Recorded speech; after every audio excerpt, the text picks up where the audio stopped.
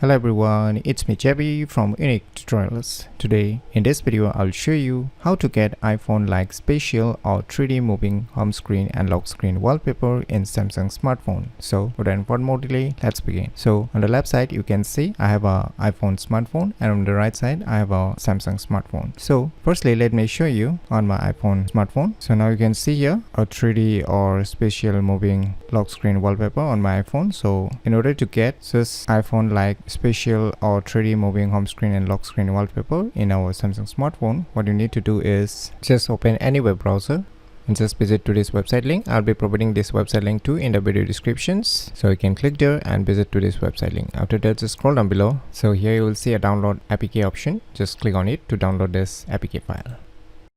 So finally the file has been downloaded, so just double click it, click on install. Now click on open, click on this start, click on allow all. Now click on this create your own moving wallpaper.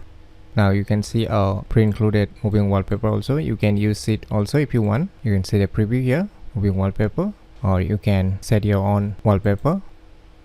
And now just click on this image settings. Now just enable motion effect.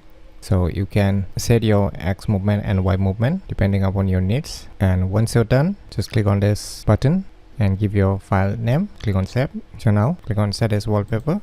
So I'll just add it to lock screen, so you can set it for both home screen and lock screen also. I can minimize it. Now let us go to the lock screen.